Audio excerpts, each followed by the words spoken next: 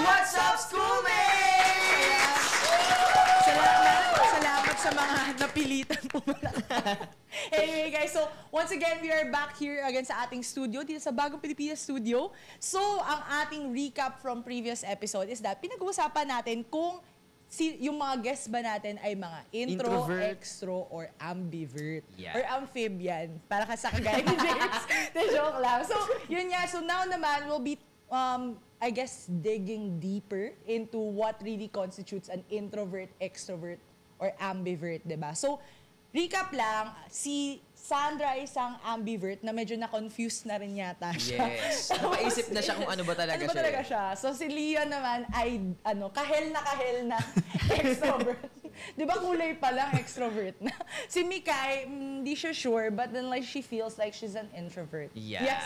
And to give us more insight, nasa kabilang studio naman si Sir Lord Angelo Santos, isang psychologist. Back to the topic naman tayo. And our first question ulit sa inyo guys, so welcome back. Anong tingin nyo na stereotype ng isang intro, extro, or ambivert at ano yung stigma na nafe-face nyo sa society kapag na-label nyo yung sarili nyo as such?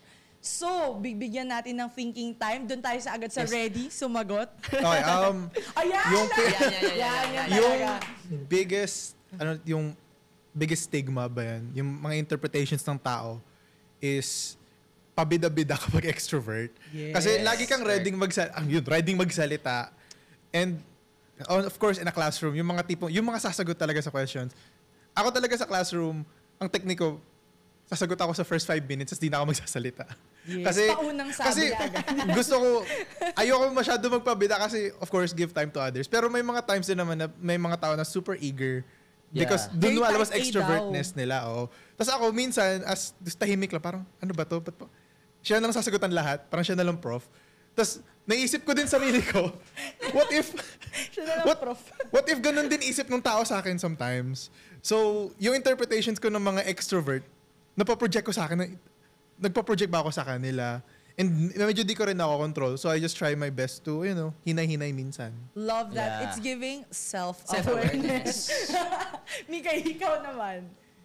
Unang-una dyan yung akala nila hindi namin kayang makipag-usap sa ibang tao. Akala nila sobrang shy lang kami, ganon. May pagbabantay yung mata niya. Akala nyo. Diba? Parang introvert din niya kayang mag-isa, ganon. Pero di nila alam, mas independent kami sa buhay na. Love that. Mas strength nyo yung pagiging independent. Yes. The first time kasi that these terms were introduced to the mass, usually ang nabibigay lang na introduction is yung first lines of the definition. No, so like for example, for extroverted, they tend to be outgoing, social, loud, tapos humihinto na.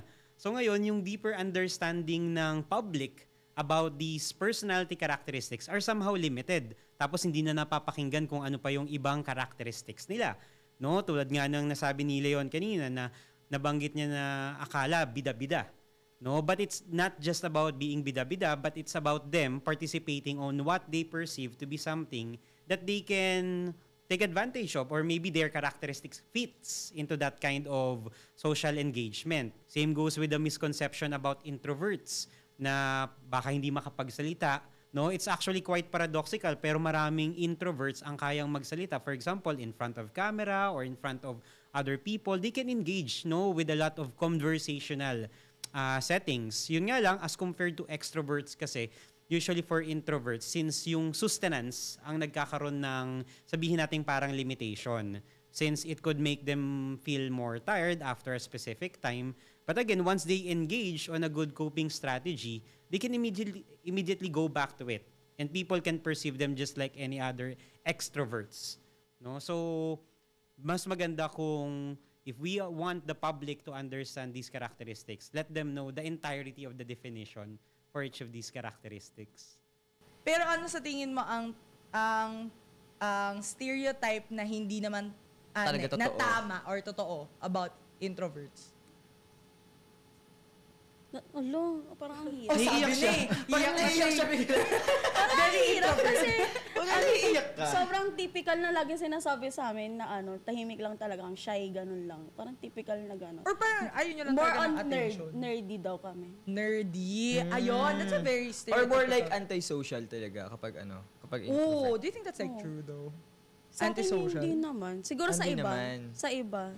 May iba na ayaw talaga ng sobrang crowd. Di ba? May mga ganong people na parang, pag crowd, na parang nasasakal sila kasi may mga ganong Pero sa akin, wala Right. naman. Wala naman akong, ganon. Yes. Sige, tumatahimik lang kami, sinitignan namin kung mag-overshare ka. Kung ano pa yung magagatas namin sa'yo. How about ambivert? Feel ko yung pag extrovert ka or eto nga, yung ambivert, iniisip nila na Sabi sa'yo na confused siya. Hindi niya na alam eh. hindi, eto na nga. Ayan, sige, ready na kami. Ready na. Iniisip ng iba na akala nila palagi ka lang masaya, ganun, palagi ka lang madaldal, pero hindi nila naiisip na dumadaan ka din sa times na nalulungkot ka. Kasi kapag extrovert ka, akala nila palagi kang masaya, palagi kang hyper, lagi kang may energy, pero di nila alam na nawawalan ka din ng ng energy, nauubusan ka din ng energy. Mga ganun. I think yung word mismo nga na ambivert was like something medyo bago lang din eh. 'Di ba? Like before it's just like intro or extro. Actually, pa lang. meron pang thought na parang yung ambivert, hindi talaga siya nag-e-exist. Parang lang siya, parang it's between lang talaga, extrovert and introvert. So, or like probably kasi it's what you demonstrate as extremes. Yes, Kung sobra oo. kang like outgoing, extrovert. I think that's a stereotype, 'di ba? Pag very outgoing, extrovert ka. Kapag Yes. naman sobrang reserved mo to yourself, it's the introvert. Pero hindi nila papansin, may nag-exist na ambivert. Depende Like sa us. sitwasyon. Actually, matagal na siya, no? Matagal na siyang lumitaw. I think if I'm not mistaken, parang around 1930s or 1970s when it was first introduced, no, by another research scientist that also has special interest in psychology or personality. So, nakita niya rin kasi doon na if it's a continuum, extrovert, introvert, there are those people who lies in between. No? And it was labeled as ambivert. So, napansin natin sa discussion kanina, di ba parang naguluhan sila kung ano ba talaga, whether it's advantageous or not. So, tingin ko it depends on the person's level of introspection and knowledge about themselves. They can use it as a way that could give them advantages. No, pero if not established accordingly, it could really be quite confusing. Not just for the people around them, but even for themselves. No, kasi nga nandun sila sa gitna. No, so usually, what the current scientific literature tells us is that, yes, there's nothing wrong by identifying, for example, as an ambivert. But better if you could have some efforts, for example, to confirm whether that kind of ambiversion leans towards extrovert or introversion. Kasi that could give you an idea what really sustains your ability to continue with what you want to do. Dadagdagan ko lang yung sa may stereotype side ng ambivert. Kasi minsan, stereotype din sa mga ambivert kasi yung parang, ang hirap naman na ito timplahin. Kasi kasi minsan 'di ba may mga part yung mga ambivert na parang sobrang flamboyant, sobrang parang social butterfly and Flamboyant. Wow. Yes, big word. and such, no? Tapos kapag nanahimik and nag-reserve and nagpahinga ng energy, parang ano ba talaga gusto mo sa buhay mo? Parang some of the people get confused about it. Yeah.